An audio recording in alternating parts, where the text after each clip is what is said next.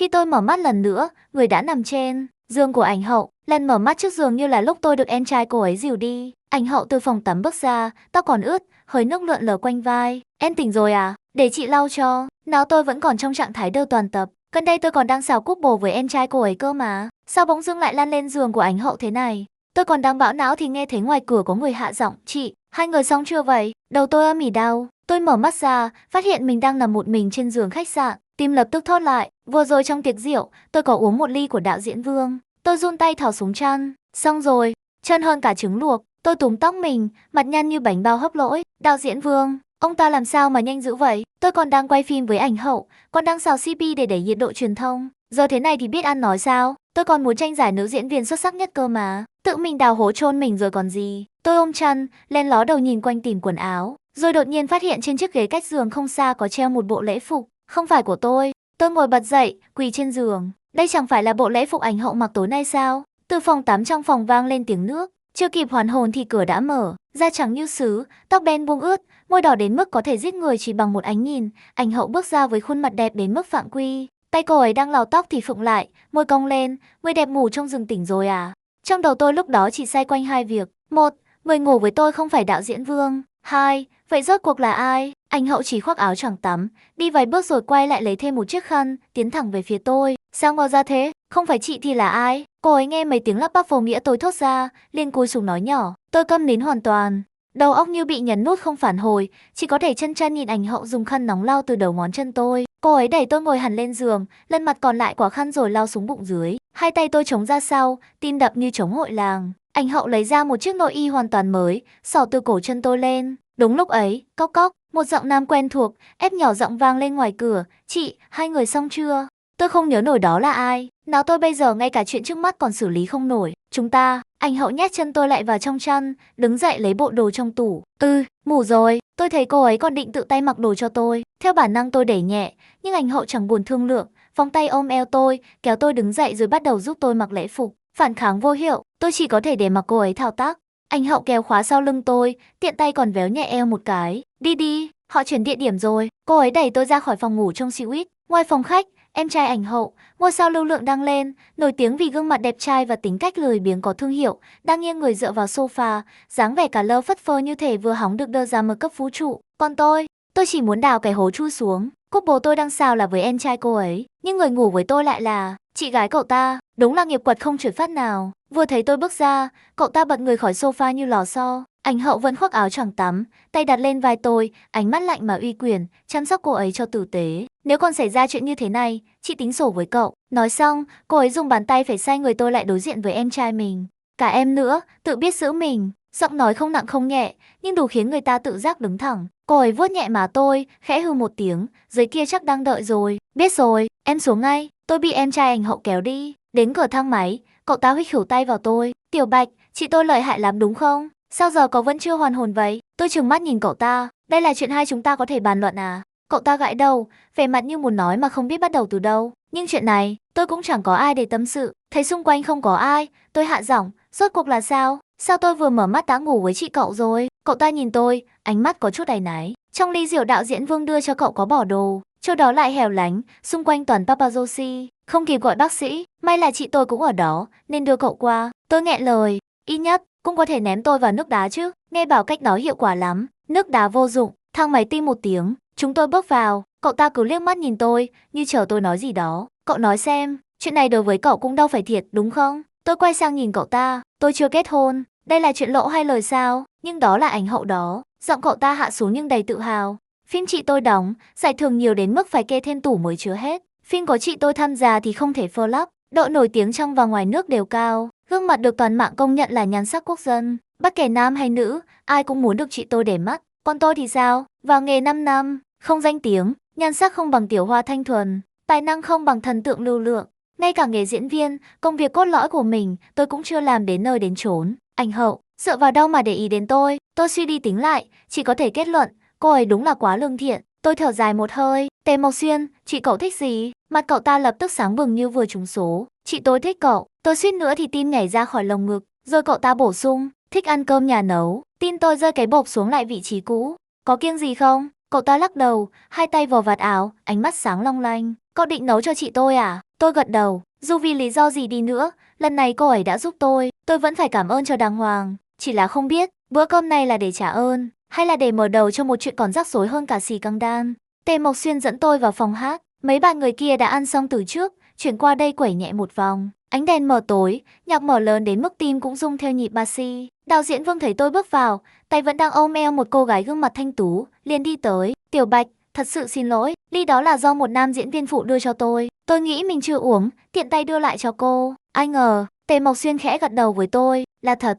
Tôi treo lên môi một nụ cười nhạt. Đạo diễn Vương không cố ý, sao có thể trách ngài được. Ông ta thở phào nhẹ nhõm, may mà có Mộc Xuyên, nếu không tôi đúng là hại cô rồi. Tôi thầm nghĩ, bất kể là ai, chuyện này vốn dĩ đã là hại người, nhưng địa vị của ông ta cao, tôi không đắc tội nổi, chỉ có thể phụ họa cười theo. Tề Mộc Xuyên rất lão luyện, đứng ra đỡ lời giúp tôi, trước đây Tiểu Bạch từng giúp tôi, lần này tôi giúp lại là chuyện nên làm.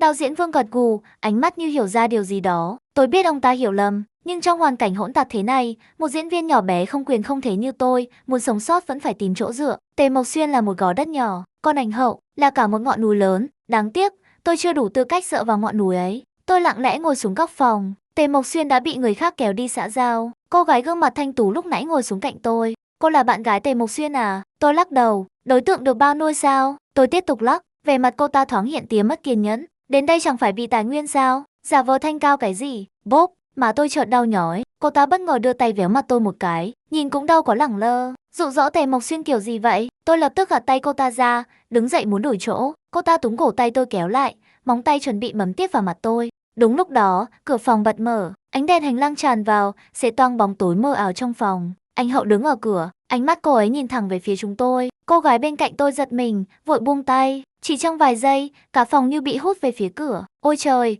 cơn gió nào thổi Anh Hậu tới đây vậy? Bộ phim lần trước cô đoạt giải đúng là quá xuất sắc, hy vọng có cơ hội hợp tác lần nữa. Anh Hậu, tôi đóng Tam Hoàng tử trong phim kia, ngưỡng mộ cô lâu lắm rồi. Cô gái vừa nãy còn ngồi cạnh tôi đã chen lên phía trước, cười tươi đến mức má lúm cũng run rẩy. Còn tôi vẫn ngồi ở góc phòng, nhìn xem, chỉ cần Anh Hậu xuất hiện, lập tức trở thành tiêu điểm của mọi ánh nhìn. Một người như vậy, sao có thể thích tôi được? Quả nhiên, Anh Hậu đúng là người quá lương thiện. Trong lòng tôi bỗng trào lên một cơn tự ti, đang chìm trong cảm xúc ngột ngạt ấy thì đột nhiên có người nắm lấy tay tôi, kéo tôi đứng dậy. Anh Hậu không biết từ lúc nào đã đứng bên cạnh. Tôi tìm em. Tôi trợn tròn mắt nhìn cô ấy. Cô cúi người xuống, ghé sát bên tai tôi. Nghe em trai tôi nói, em định nấu cơm cảm ơn tôi. Tôi mơ hồ gật đầu. Khóe môi cô ấy cong lên một nụ cười câu hồn đoạt phách. Vậy chúng ta về nhà, tiếp tục làm đi.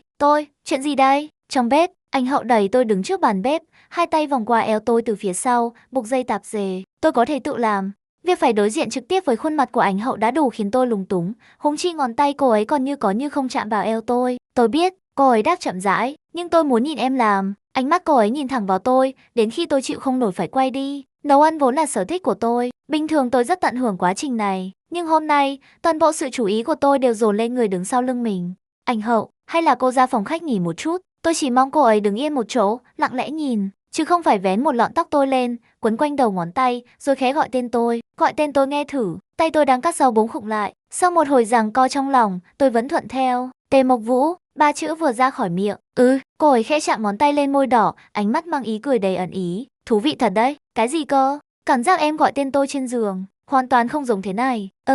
Mặt tôi lập tức đỏ bừng như cà chua chín. Trong cơn hoảng loạn, tôi lớn tiếng gọi, Tề Mộc Xuyên. Anh Hậu không vui, nhéo má tôi một cái. Tề Mộc Xuyên lật đật chạy vào. Tiểu Bạch, sao vậy? Anh Hậu thậm chí không thèm nhìn cậu ta. Tôi mệt. Tề Mộc Xuyên lập tức hiểu ý, lăn đi với tốc độ ánh sáng. Tôi lén liếc Ảnh Hậu, cô ấy chống hai tay ra sau, tựa vào bàn bếp ở giữa phòng, ánh mắt đầy khiêu khích nhìn tôi. Đúng là đánh người không dao, chỉ bằng ánh mắt cũng đủ khiến tim tôi tăng nhịp. Tôi quay lưng lại giả vờ bận rộn. Ai mà không thích Ảnh Hậu chứ? Tôi vốn dĩ bước vào giới này, cũng là vì cô ấy. Ăn xong đã rất muộn, tôi còn đang băn khoăn không biết về nhà thế nào thì Tề Mộc Xuyên đã lái xe đi mất. Trong gara chỉ còn lại một chiếc xe. Anh Hậu thản nhiên nói, chỉ có thể thiệt thòi một chút, ngủ cùng tôi thôi, em yêu. Trước khi bị cô ấy kéo vào phòng ngủ, tôi nhanh chân rẽ sang phòng bên cạnh khóa cửa cái cạch. Lạ là Anh Hậu không hề thử mở cửa kéo tôi ra. Tôi dựa lưng vào cánh cửa gỗ, bựu môi, còn bảo thích tôi. Cơ hội tốt thế này mà cũng không tranh thủ. Tôi tiện tay bật đèn, và rồi, mọi thứ trong phòng ập thẳng vào mắt tôi. Trên tường, trên trần,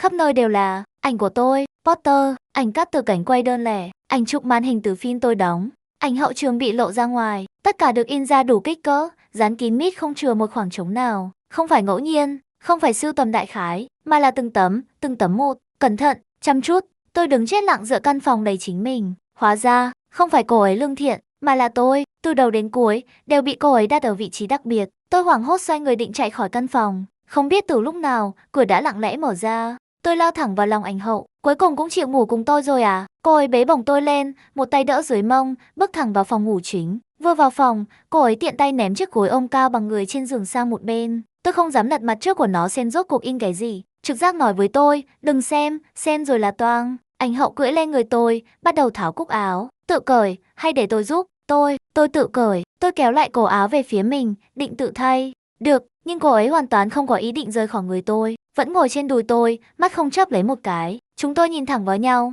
Cô, quay đi chứ. Cô ấy lúc này mới chậm rãi lật người xuống. Xin lỗi, nhìn em đến thất thần rồi. Đợi cô ấy quay lưng lại, tôi mới vội vàng thay đồ. Khoảnh khắc yên tĩnh hiếm hoi ấy khiến tôi do dự mở miệng. Căn phòng kia, là sao? Ảnh hậu hơi nghiêng đầu về phía tôi. Muốn biết à? Tôi gật đầu. Vậy em sẽ đáp lại tôi chứ?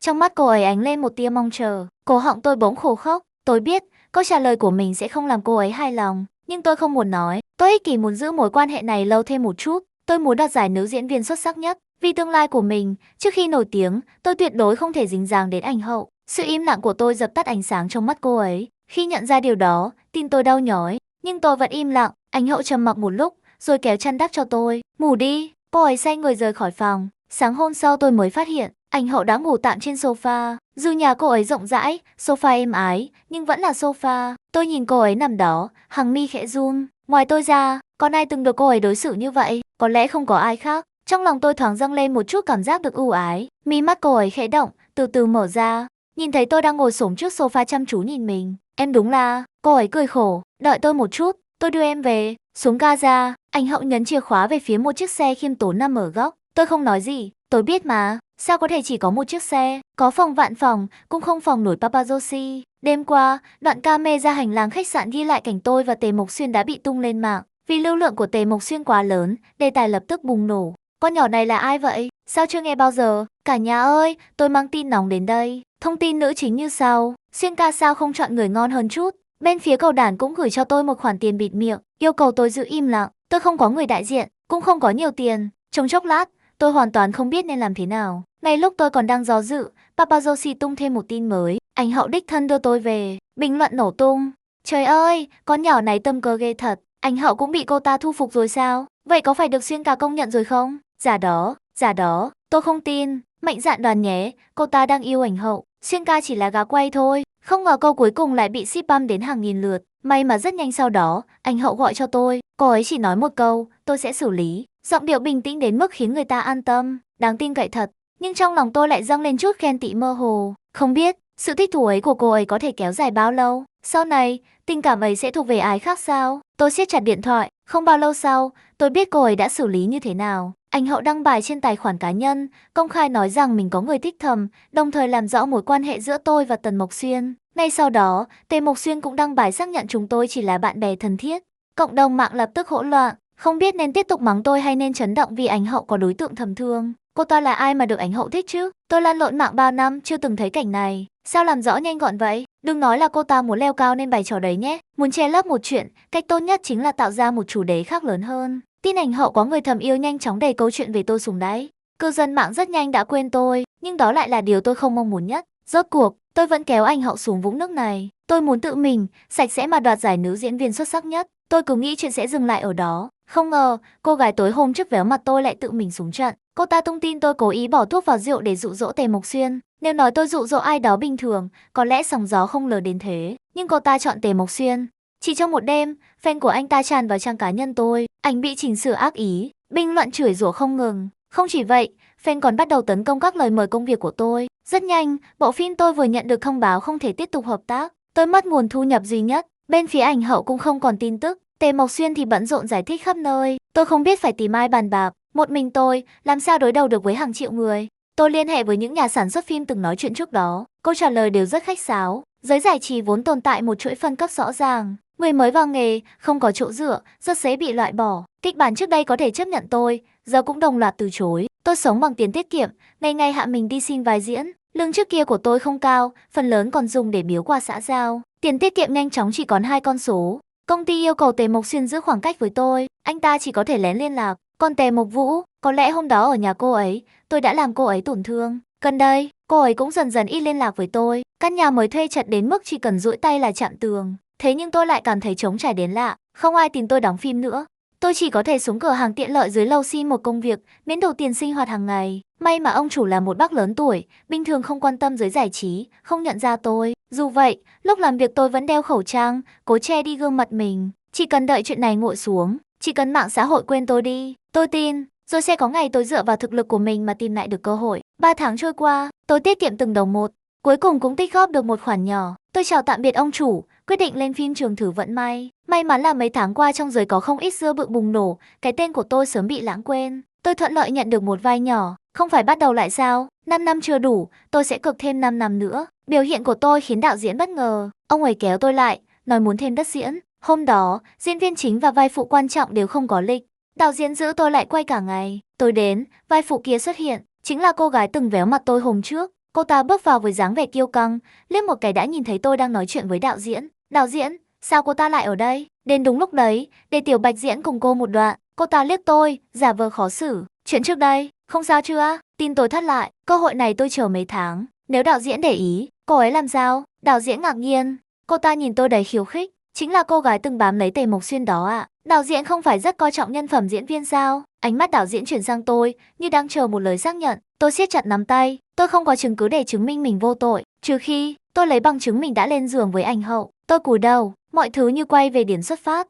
Chỉ cần tôi mở miệng, ảnh hậu sẽ lại bị kéo vào. Nhưng lần này, tôi vẫn muốn tự mình chiến đấu. Tôi ngẩng đầu lên, đạo diễn, xin ông tin tôi không làm những chuyện đó. Ông ấy im lặng một lúc, rồi bảo tôi về chờ tin. Trước khi tôi rời phim trường, cô ta còn quay lại nhìn tôi, nở nụ cười chiến thắng. Tôi lại trở về căn phòng thuê nhỏ hẹp mà trống rỗng. Chỉ là lần này, tôi không còn dũng khí để bắt đầu lại nữa. Tôi khóa cửa, không ăn, không ra ngoài, ban ngày cũng kéo kín rèm, quận mình trong khoảng không chật hẹp giữa sofa và bàn trà. Hết chai này đến chai khác. Lần đầu tiên trong đời, tôi mượn rượu giải sầu. Tôi chưa từng uống nhiều đến vậy, dạ dày đau âm ỉ, nhưng tôi vẫn máy móc rót thêm. Tầm nhìn dần mờ đi, mùi rượu bám khắp người. Có lẽ, uống hết mấy chai này là ổn thôi. Trong lúc mơ hồ, tôi vô tình chạm vào màn hình điện thoại. Video bắt đầu phát, là lễ trao giải năm đó. Năm cô ấy đăng quang, ảnh hậu mặc lễ phục đen, đeo trang sức đắt giá, giống như một con thiên nga kiêu hãnh giữa ánh đèn sân khấu. Video phát đi phát lại, tôi nhìn chằm chằm vào màn hình, cho đến khi mí mắt nặng trĩu. Trong căn phòng tối om, ý thức tôi dần rơi vào hỗn độn.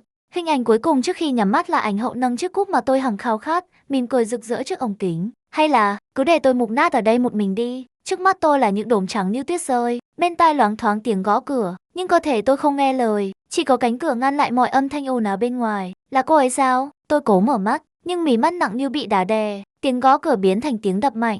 Hình như có ai đó đang gọi tên tôi. Xin lỗi nhé, tôi không đứng dậy được. Một tiếng động lớn vang lên, cửa bị phá. Tiểu Bạch, tôi chỉ từng nghe giọng nói ấy trong phim của cô ấy. Bình thường luôn tao nhã, điềm tĩnh, chưa từng hoảng loạn như thế. Tiếng bước chân dồn dập xông vào phòng ngủ, rồi lại chạy vào phòng tắm. Cô ấy đang tìm tôi sao? Rồi tiếng bước chân dừng lại ngay bên cạnh. Tôi được nâng dậy, đặt lên sofa. Anh hậu ghé sát bên tai tôi, gọi tên tôi từng tiếng một, gần như gần ra khỏi cổ họng. Tôi muốn nói mình không sao, muốn ông cô ấy bảo đừng sợ, nhưng tôi không nhìn thấy gì, cũng không thể mở miệng. Tôi chỉ có thể cố gắng nhúc nhích ngón tay, chạm vào tay cô ấy. Dưới đầu ngón tay tôi là vài giọt ấm nóng thoáng qua. Cô ấy khóc rồi. Trên đường đến bệnh viện, cô ấy liên tục thì thầm bên tai tôi, xin lỗi, xin lỗi. Tôi muốn nói đừng tự trách, nhưng ý thức lại chìm xuống lần nữa. Không biết bao lâu sau, tôi mở mắt, ánh sáng trắng của phòng bệnh khiến tôi phải chớp vài cái. Anh hậu đang ngủ gục bên giường tôi, gương mặt mệt mỏi, hàng mi khẽ rủ xuống. Tôi không gọi cô ấy, chỉ nâng tay lên, dùng đầu ngón tay khẽ khàng vẽ theo đường nét mềm mại nơi gò má cô ấy. Cuối cùng, vẫn là cô tìm thấy tôi trước. Tôi không kìm được, bị sự dịu dàng của cô ấy kéo lại gần. Bàn tay tôi nhẹ nhàng áp lên má cô, một cảm giác thỏa mãn lặng lẽ dâng lên trong lòng. Ngón tay tôi trượt xuống, chạm đến đôi môi có chút khô. Tôi nhìn cô ấy, hơi thất thần. Chỉ tiếc là, anh hậu vẫn bị tôi đánh thức bởi loạt động tác lén lút này. Chị ấy còn chưa kịp chào tôi đã bật dậy, lao thẳng ra ngoài gọi bác sĩ. Khi bác sĩ vào kiểm tra, tôi khẽ kéo tay chị, chắc vì vội quá nên đập vào khung cửa, mu bàn tay đỏ lên một mảng. Tôi nhẹ nhàng xoa xoa, Tề Mộc Vũ khủng lại, rồi siết chặt tay tôi. Trong phòng bệnh chỉ còn lại hai chúng tôi. Chị ngồi bên giường, vẻ mặt muốn nói lại thôi. Chị, sao lại tìm tôi đây? Chị đưa tôi một cốc nước ấm. Chị muốn mời em đến tiệc sinh nhật, nhưng em 3 ngày không trả lời tin nhắn. Chị lo lắm. Nói đến đây, chị như chợt nhớ ra điều gì, cụp mắt xuống. Xin lỗi, vì chưa có sự đồng ý của em. Tôi nhìn đôi mắt đỏ hoe ấy, đưa tay áp lên gò má chị. Mộc Vũ, chị có thể chờ tôi không? Ảnh hậu sững người, ngẩng phát lên nhìn tôi, trong mắt chị lóe sáng. Tiểu Bạch, em có biết mình đang nói gì không? Tôi khẽ gật đầu, nước mắt long lanh lại trào ra khỏi đôi mắt đẹp ấy. Chị ôm chặt lấy tôi, nếu em chỉ vì chị cứu em tôi ngắt lời. Mộc Vũ, tôi biết, giọng chị run run. Cảm ơn em, Tiểu Bạch, cảm ơn em. Tôi nhắm mắt, vùi mặt vào hõm cổ chị. Tề Mộc Vũ là lý do để tôi không buông xuôi, cũng chính chị là người kéo tôi ra khỏi bóng tối ấy. Người nên nói lời cảm ơn, là tôi mới phải.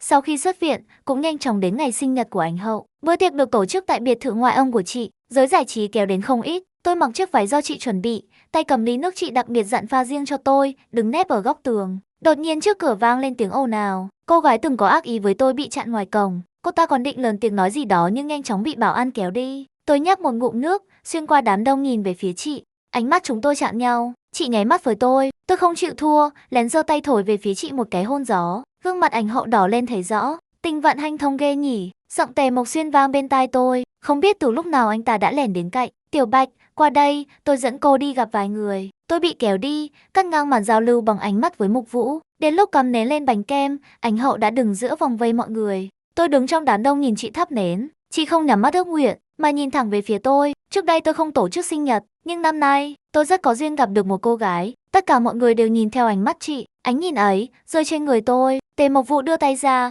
là một động tác mời, có thể mời em, cùng tôi thổi nến được không? Trong mắt ảnh hậu là nụ cười mà tôi không cách nào từ chối. Tôi bước lên, nhẹ nhàng đặt tay mình vào tay chị, là vinh hạnh của em. Tôi chắp hai tay trước ngực, nhắm mắt bắt đầu ước nguyện, hy vọng mình sớm giành được cúp nữ chính xuất sắc nhất. Hy vọng Tề Mộc Vũ mãi mãi hạnh phúc. Khi tôi mở mắt ra, ảnh hậu đã ước xong đang nhìn tôi. Chúng tôi cùng nhau thổi tắt nến, tiếng vỗ tay rộn ràng vang lên giữa đám đông. Lần này, tôi và chị cùng đứng ở trung tâm ánh nhìn của mọi người. Buổi tiệc dần đến hồi kết, trong tay tôi đã có không ít lời mời công việc.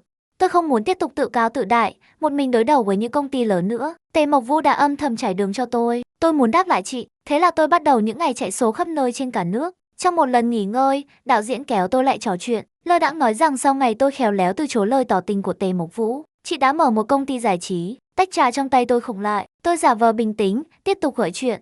Có lẽ vì phần diễn của tôi đã hoàn thành suôn sẻ, đạo diễn cũng chẳng giấu giếm gì. Tề Mộc Vũ vì tôi mà thành lập công ty. Những kịch bản này đều là chị thức trắng mấy tháng liền, Donnie đóng giày cho tôi. Đạo diễn đứng dậy đi hướng dẫn diễn viên phụ. Tôi ngồi chết lặng một lúc, rồi vội vàng lấy điện thoại gọi cho chị. Vừa định nói, giọng tôi đã nghẹn lại. Mộc Vũ, mấy tháng đó chị. Bên kia điện thoại, chị khẽ cười, giọng điềm tĩnh như đã hiểu. Đều qua rồi, Tiểu Bạch. Chị, chẳng phải đã đợi được em rồi sao? Tôi hít mũi, em sẽ không làm chị thất vọng. Chị thở ra một hơi dài. Tiểu Bạch, chỉ cần là em, bao lâu chị cũng sẵn sàng đợi. Tình cảm trong tôi dành cho Tề Mộc Vũ đầy đến mức gần như tràn khỏi lồng ngực. Tôi cúp máy, lên xe bảo mẫu. Người quản lý chị sắp xếp cho tôi lái xe đến địa điểm tiếp theo. Khi tôi đẩy cửa phòng làm việc ra, ảnh hậu đã đứng đó. Vẫn như mọi khi, được mọi người vây quanh. Mộc Vũ, sao chị lại đến đây? Chị vòng tay qua eo tôi, giới thiệu tôi với người phụ trách phòng làm việc Hàn Tuyên. Sau đó kéo tôi vào phòng nghỉ. Nghe nói có người muốn tranh vị trí của em. Chị tự mình tới xem, tôi có gì phải lo chứ? Do tôi cũng có không ít fan rồi, ít nhất sẽ không bị người ta chèn ép như lần trước.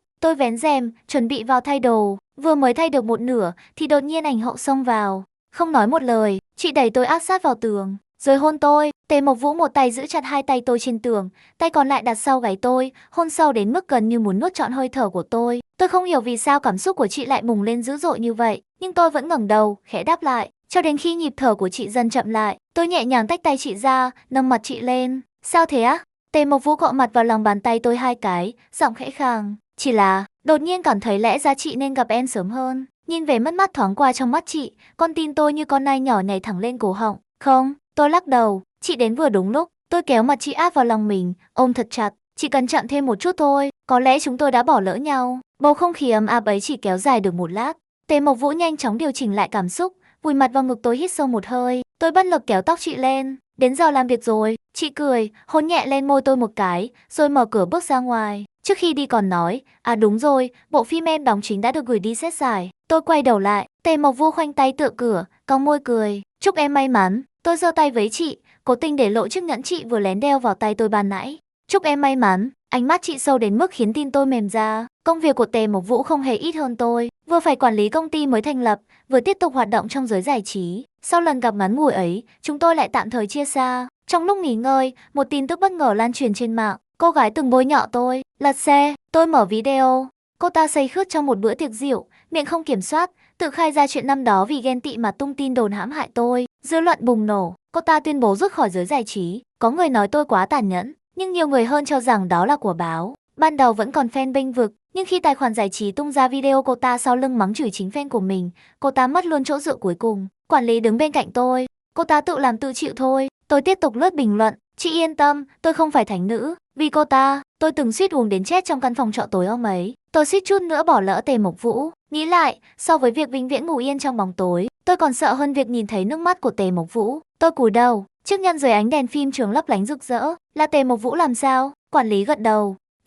Không, Tề tiểu thư chỉ khơi mào. Phần còn lại là do những người từng bị cô ta hãm hại phản công. Tôi đưa điện thoại cho quản lý. Tôi biết Tề Mộc Vũ đang quét sạch chướng ngại cho con đường nhận giải của tôi. Vài tháng sau, lễ trao giải. Tôi mặc bộ lễ phục Tề Mộc Vũ chuẩn bị, bước xuống xe trước thảm đỏ. Chị với tư cách khách mời trao giải đã vào trong trước. Tôi cùng Tề Mộc Xuyên theo quy trình đứng ngoài nhận phỏng vấn.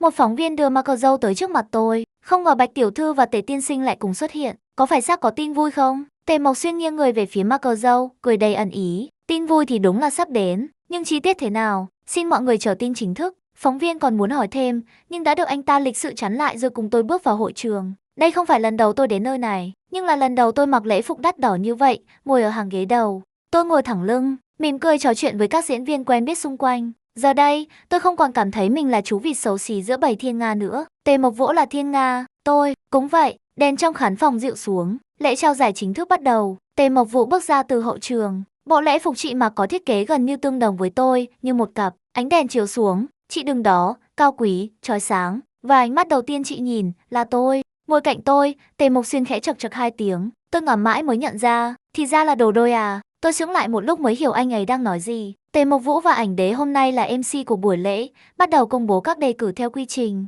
Rất nhanh đã đến hạng mục nữ chính xuất sắc nhất. Hai tay tôi đặt trên đùi vô thức siết chặt. Kết quả, nằm trong tấm thẻ trên tay Tề Mộc Vũ. Tôi cố nhìn ra manh mối gì đó trên gương mặt chị, nhưng chị ngụy trang quá tốt, không lộ một chút sơ hở. Là một trong những giải thưởng quan trọng nhất đêm nay, hai MC kéo dài màn dẫn dắt khá lâu. Cuối cùng cũng đến thời khắc công bố. Tiếp theo, xin công bố người đoạt giải nữ chính xuất sắc nhất. Ánh mắt Tề Mộc Vũ khóa chặt lấy tôi. Bạch Lạc, xin mời lên sân khấu nhận giải. Trong khoảnh khắc đó, gương mặt tôi xuất hiện trên màn hình lớn.